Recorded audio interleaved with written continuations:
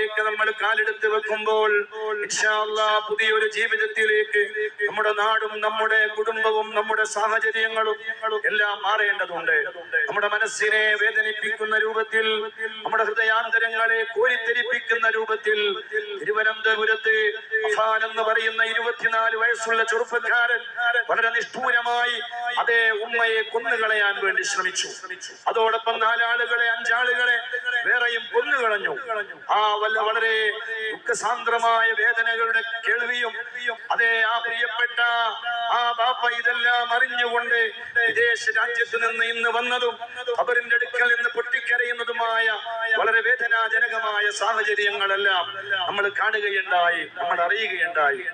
അതിനായ റബ്ബിനോട് നമുക്ക് ദുആ ചെയ്യാനുള്ളത്, അങ്ങനെ ഒരു വാർത്തയും നമ്മുടെ നാട്ടിൽ നിന്ന് കേൾക്കേണ്ടി വരുന്ന ഒരു സാഹചര്യം നീ നൽകരുതേ അല്ലാ, നീ നൽകരുതേ അല്ലാ, നീ നൽകരുതേ അല്ലാ എന്നാണ്.